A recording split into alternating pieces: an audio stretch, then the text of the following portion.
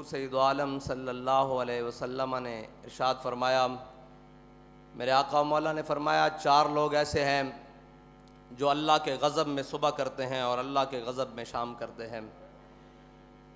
صحابہ نے پوچھا یا رسول اللہ وہ 4 کون سے ہیں؟ میرے آقا مولا صلی اللہ علیہ وسلم نے فرمایا ایک تو وہ مرد ہے جو عورتوں جیسی مشابہت اختیار کرے، اور ایک وہ عورت ہے جو مردوں جیسی مشابہت اختیار کرے۔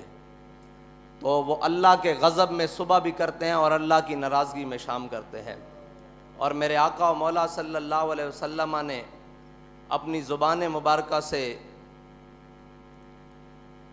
لعنت فرمائی ان مردوں پر بھی اور ان عورتوں پر بھی۔ میرے آقا و مولا صلی اللہ علیہ وسلم نے فرمایا المشتبہین من الرجال بالنساء، وہ مرد جو عورتوں جیسی صورت اختیار کرتے ہیں اور وہ عورتیں جو مردوں جیسی صورت اختیار کرتے ہیں، اللہ کی ان پر لعنت ہو۔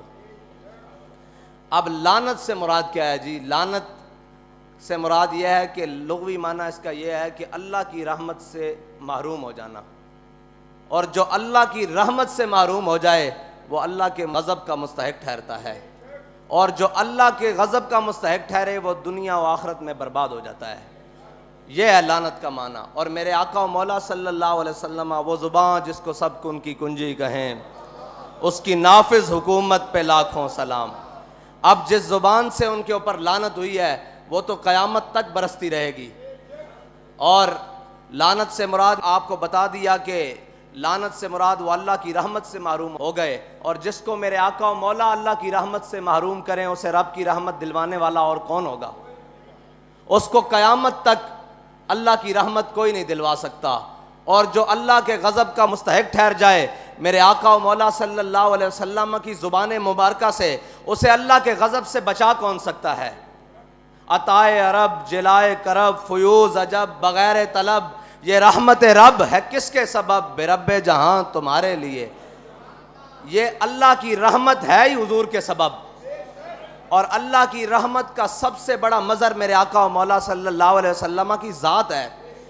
اب جو میرے آقا و مولا صلی اللہ علیہ وسلم کی زبان مبارکہ سے جن پر لعنت ہوئی ہے، اور وہ کام کر کے کوئی سمجھے میں مسلمان بچ جاؤں گا یا میرا دین بچ جائے گا یا میں اللہ کی رحمت پالوں گا، وہ کبھی بھی نہیں پا سکتا۔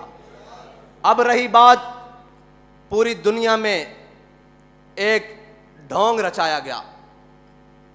وہ سب سے پہلے حقوق نسواں پہ ڈھونگ رچایا گیا جی، عورتوں کے حقوق۔ پھر اس کے بعد رچایا گیا جی اقلیتوں کے حقوق۔ پھر اس کے بعد ٹرانسجنڈر کہہ رہے ہیں آج لوگ کہ جناب یہ بہت بڑا مسئلہ بن گیا ہوا ہے۔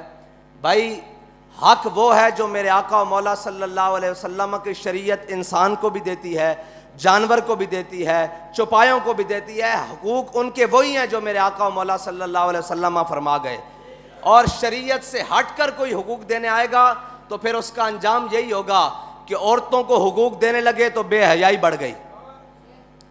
بھائی جب عورتوں کو حقوق دینے کی باری آئی تو پھر بے حیائی بڑھائی گئی، عورتوں کو حق نہیں ملا۔ آج بھی کسی جا کے سمجھدار اور کسی بھی شعور رکھنے والے سے جا کر پوچھو، بلکہ شعور رکھنے والی خاتون سے جا کر پوچھو کہ تمہیں تمہارا حق ملا ہے، وہ کہے گی نہیں، میری تصویر اتار کر بورڈوں پر تو لگا دی گئی ہے لیکن مجھے میرا حق نہیں ملا۔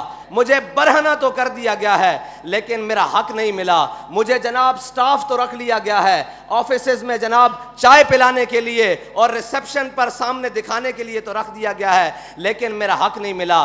یاد رکھنا قیامت تک حق اسی کو ملے گا جو میرے آقا کا فرمان مانے گا، اور جو اس سے علاوہ حق ڈھونڈنے جائے گا پھر کے گلی گلی تباہ، ٹھوکریں سب کی کھائے کیوں، دل کو جو عقل دے خدا پھر تیری گلی سے جائے کیوں۔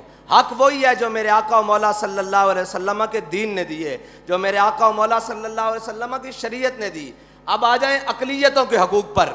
جب اقلیتوں کے حقوق کی باری آئی تو صحابہ کرام کے قیادت میں ایک قلعہ جسے میرے آقا و مولا صلی اللہ علیہ وسلم کے غلاموں نے فتح کیا، اور وہ قلعہ جب فتح ہو گیا تو تھوڑی دیر بعد پیچھے سے لشکر کا پیغام آیا کہ یہ ہمیں قلعہ جو ہے نا جسے ہم قلعہ بولتے ہیں، یہ جو قلعہ ہے یہ اس کو دفاعی اعتبار سے چھوڑنا پڑے گا تھوڑی دیر کے لیے. ہم یہاں سے چھوڑ کر آگے جائیں گے فوجیں لے کر. تو وہ جو قلعہ تھا نا وہ عیسائیوں نے جنگ کر کے نہیں مسلمانوں کے حوالے کیا تھا، بلکہ انہوں نے رضاکارانہ طور پر جزیہ قبول کر کے اور کہا تھا ہم جزیہ دیں گے، آپ یہاں آ جائیں، اپنا نظام بنا لیں.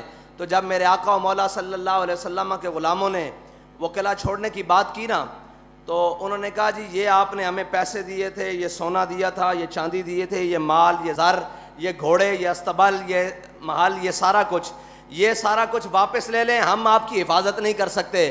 ہم آگے جا رہے ہیں دشمنوں سے جنگ لڑنے کے لیے، واپس آئیں گے تو آپ سے بات ہوگی، تب تک کے لیے آپ اپنی امان میں رہیں، ہماری امان سے نکل کر. تو جب صحابہ کرام کی فوجیں اور لشکر سارا کچھ باہر نکل رہا تھا نا قلعے سے، تو عیسائی کھڑے ہو کر ایسے دامن پھیلا کر ایسے دامن پھیلا کر کھڑے ہو کر کہہ رہے تھے یا اللہ ان دشمنوں کو دوبارہ واپس لے آئیں. یہ ہے اسلام کی اقلیتوں کے لیے حقوق. وہ قلعے کی دیواروں پر کھڑے ہو کر کہہ رہے تھے کہ یا اللہ ان دشمنوں کو دوبارہ بھیجیں، یہ دشمن نہیں، یہ تو ہمارے محافظ بن کر آئے ہیں. اسلام اقلیتوں کو اس طرح حقوق دیتا ہے. لیکن جب ان گماشتوں نے، ان یہود و نصارہ کے ایجنٹوں نے اقلیتوں کے حقوق دینے کی بات کی اور عالمی ایجنڈے کو اپنے گلے میں پہنا، تو پھر کیا کیا؟ پھر یہ کیا کہ جب ان کو حقوق دینے کی باری آئی تو جو سب سے بڑا گستاخ تھا، جس کو عیسائی بھی قبول نہیں کرتے، جس کو یہودی بھی قبول نہیں کرتے، جس کو دنیا کا کوئی مذہب میں رکھنے والا قبول نہیں کرتا، انہوں نے اس کو حقوق دلوا کے جہازوں میں بٹھا کے باہر کے ملک بھیجا ہے. بھائی گستاخ کے لیے اقلیت ہے، یہاں اقلیتیں بس رہی ہیں، یہاں ہماری گلیوں میں، کوچوں میں صفائی، روڈوں پر صفائی، اقلیتیں بڑے بڑے کام کرتی ہیں، یہاں ہمارے دفتروں میں موجود ہیں، ہر کام کے لیے ہر جگہ موجود ہیں. ان کے حقوق کی بات کرو، تمہیں گستاخ کے حقوق کے ساتھ کیا ہے؟ اس کا مطلب ہے عالمی ایجنڈا یہ تھا کہ اقلیتوں کو کوئی مسئلہ نہیں، اقلیتوں کی آڑ میں گستاخان رسول کو چھڑوانے کا مقصد تھا. یہ ہے اقلیتوں کا حقوق. اب رہ گئی بات جناب ٹرانسجینڈر کو حقوق. ان کو حقوق دینے کا مسئلہ نہیں ہے، ان کی آڑ میں شریعت کے ساتھ ٹکرانے کا مسئلہ ہے. بھائی کائنات میں کسی کا بھی حق ہو، وہ میرا ذاتی حق کیوں نہ ہو، وہ کسی کا ذاتی حق کیوں نہ ہو، جب وہ شریعت سے ٹکرا جائے گا اس کا حق رہے گا ہی نہیں. تم نے ان کو حق دینا ہے تو ان کو شریعت سے ٹکرا کر تو نہیں دے سکتے. تم کم از کم ہمارے جیتے جی تو تم ان کے ساتھ شریعت کے ساتھ ٹکرا کر ان کو حق نہیں دے سکتے.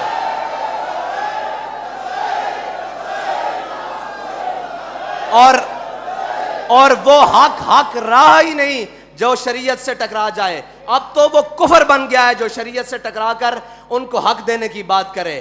اور اس کفر کو جناب بات کرنے کی یا اس کفر کو نافذ کرنے کی بات کرے گا تو پھر اسلام کے سپاہی اس کے سامنے کھڑے ہو جائیں گے انشاءاللہ. اور انشاءاللہ پھر اس طرح کھڑے ہوں گے جس طرح فیض آباد میں کھڑے رہے ختم نبوت کے لیے، اور پھر اس طرح کھڑے رہیں گے جس طرح وزیر آباد میں جناب ناموس رسالت پر پہرا دینے کے لیے کھڑے رہے. خبردار جو شریعت سے ٹکرائے گا. ہمارے بڑوں نے اس ملک میں قربانیاں تمہاری عیاشی کے لیے یا شریعت سے ٹکرانے کے لیے نہیں دی. ہمارے بڑوں نے قربانیاں اس ملک میں اس لیے دی تھیں کہ اس ملک کا نظام لا الہ الا اللہ محمد رسول اللہ کے مطابق چلے گا. اس ملک کا نظام میرے آقا و مولا صلی اللہ علیہ وسلم کے دین کے مطابق چلے گا. اس ملک کا نظام میرے آقا و مولا صلی اللہ علیہ وسلم کی شریعت کے مطابق چلے گا. اللہ تعالیٰ تو آنو تے مینو حضور دے دین نال وفا نصیب فرمائے. اور جناب حضور دے دین دی سربلندی واسطے سانو ہمیشہ میدان عمل چ رہن دی توفیق عطا فرمائے. جے اے بل واپس نہ ہویا تو انشاءاللہ پھر اے تا جے گل ہے نا.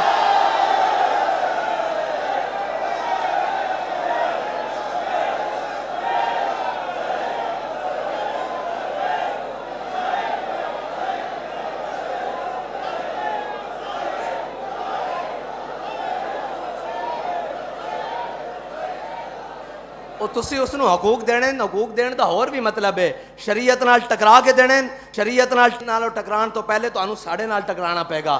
جدو اسی مک گئے پھر تو جو مرضی دل کرے.